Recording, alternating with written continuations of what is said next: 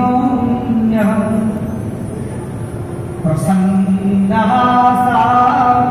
ऋणलोचनोल्लसन्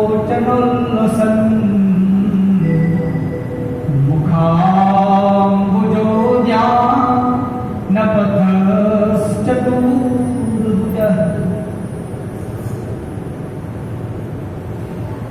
જુઓ, જ્યારે મહાભારતનું યુદ્ધ થવાની તૈયારી હતી એના પહેલા કોને વિષાદ થયો હતો? અર્જુનજી.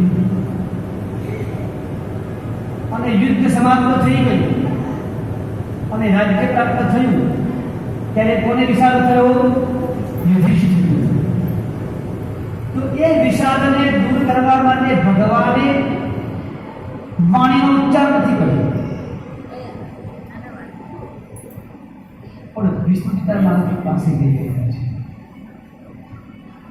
તો એ વિષાદ દૂર કરતા પહેલા અહીંયા જે ભક્તો પધાર્યા છે, ભરતભાઈ 5 મિનિટ 10 મિનિટ